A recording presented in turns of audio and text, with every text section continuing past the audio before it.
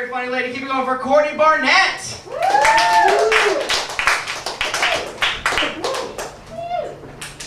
Yeah, guys, what's going on? It's an awesome crowd. Alright, I want to show y'all something first, because my roommate got me a new journal. Like most comedians, or like half of us in here are comedians, you know, keep journals to write new jokes in. So she got me a new one for my birthday. It says, Cat's Meow, Fashions. She's like, it's just like you, Courtney. There's a cat that has fashion. Like, I don't know. I don't really know if I condone putting animals in shopping bags, though. Animal cruelty. But I wrote a little note in here, though, for her. I was like, thanks for this new journal, Tanya. I'm sure the other owners of this book just fill it with pie recipes and haikus about their loneliness. No, she got me the new joke book because she saw the state of my first one when I first started doing stand-up. You know what you feel with like little keywords, like you think of like a good joke drunk, and you're like, oh man, this is awesome. And then you look at the next day and you're like, why did I write down Cracker Barrel Thanksgiving and my cat doesn't have thumbs? That's why she got me the new one. Alright, so I just moved out here from Austin, Texas. Woo! Fucking awesome city. I visit all the time. It's amazing. This is the first time ever out to California. Was moving out here. Brilliant on my part. And like I didn't like travel much. It's just because I'm from a party town. Like, and I'm not saying that as like, oh, why would I ever want to leave? It's just like I was literally too drunk to ever leave. Like, man, you can't take that whiskey on the plane. But it has a handle. Does this count as a carry-on? So I get a lot of like, when I tell people out here that I'm from Texas, like, oh, everything's bigger in Texas. You tall girl, everything's bigger in Texas, right? But yeah, everything's bigger in Texas compared to the anorexic bitches out here. And that is awkward saying because I just followed a former model, but whatever. Like literally the girls here in Texas we would confuse for corpses. Probably trying to throw you over a barbecue. I know. I got a weird taste of like LA diet philosophies. I saw a sign outside of a vitamin store that said, "Nothing tastes as good as thin feels." I don't really remember my puke tasting that good. And I only vomit drunk, when everything is supposed to taste amazing. Y'all just have it wrong. So I'm graduating from college next week. Fuck yeah. I'm about to begin my career of nothing. Yes. Amazing. You know, it's really, graduating college is like, oh my god, I'm seriously reminded of just how immature I am as about to like about to take this new step into like adulthood. Like, the other day, I seriously confused a small child for an alien.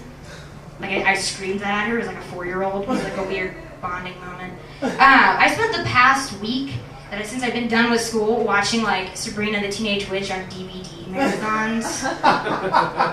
And my first reaction upon seeing a group of color-coordinated Kawasaki riders was, oh my god, Power Rangers!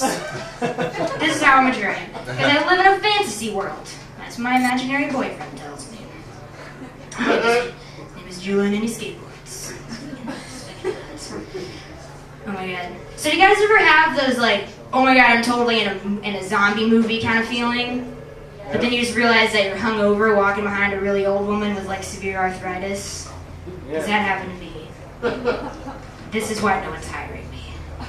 This is why only my parents condoned my career. Alright, so I moved into a new apartment. I have absolutely no furniture to my name. Because like, I'm a success story. So I know. So I'm trying to like talk my parents down, not confessing like the shit storm I'm in right now of just bad luck. Like, no, Mom, don't think of it as like I'm sleeping on the floor. Just think of it as having a really, really big bed.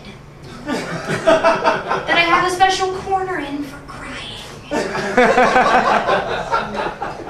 I'm not necessarily sleeping in the dining room. It's just a closer walk to the kitchen when the weakness kicks in from my post-grad starvation. It all works out in the end. And my parents are totally supportive of me. It's cute how naive they are. They're really adorable. My parents are adorable. Not together, just in general. They fucking hate each other.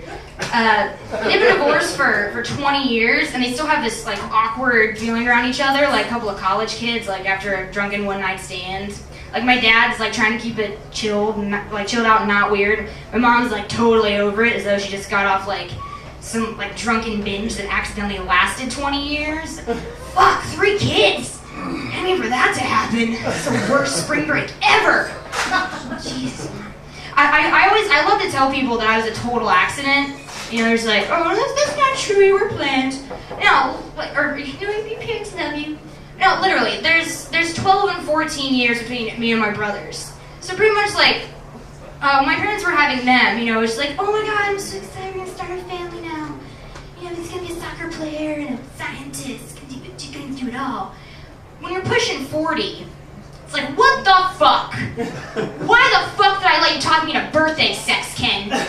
We've got 2 kids in middle school. We gotta get Aaron off of Star Wars, and I'm pretty sure if Steve doesn't get a girlfriend soon, he's gonna turn out to be a gay. We cannot do this right now. Mrs. Barnett, you're having a daughter. Oh my gosh, she's gonna be such a little princess. Sell the Corvette, we're buying her a pony. No, my parents actually divorced when I was 2, so I've never seen them like together and happy. I just see them like, yeah, it's weird finding family pictures. So I pretty much just see my dad like on Skype because he has this new thing for Asian women. And I don't get it. And my mom like bragging about her like newfound independence while she like guzzles back her 5th glass of Behringer White Zinfandel and burns another hole in her Bette Midler DVDs. I am not like my parents. My drink of choice is Lone Star beer as I feign conversation with Jimmy Stewart on TCM. It's my life, I'm gonna go on this one. I made the brilliant decision of moving out to LA without a car. So that leaves me riding the bus. And I love how, like, I always get the weirdest reaction from people on that. Like, oh my god, I'm so sorry. Bitch, I make it work. Like, it's there for a reason. I just love how everyone looks at public transportation as, like, that local neighborhood whore. Like, you know it's there, but only the gross people use it. But you will randomly find yourself on there one drunken night and enjoy the pleasure of a $5 day pass. So that's just my view on that. No, but I personally, I really like riding the bus. I think it's really cool to just like, you know, to be up close with the citizens of Los Angeles, you know. I don't know, so while you're in your car, you know, on your Bluetooth fighting in some, you know, fucking, I don't know, business meeting, whatever people do, I'm winning money betting on bum fights. That way. A lot more productive on my part. You can listen to NPR in your car, while I can overhear the history of Ricky Nelson's life from a large black man. It's Ozzie Harriet up in that shit. You would graduate from Hollywood High School in 1959? Fucking sweet. And no other places. That was a true story. This is fucking awesome. I love that dude. And the best feeling of the day is, of course, the chivalrous gentleman walking past you to inquire about your day as you wait at the bus stop. Damn girl, how you doing? That's all I got. Thanks, you guys.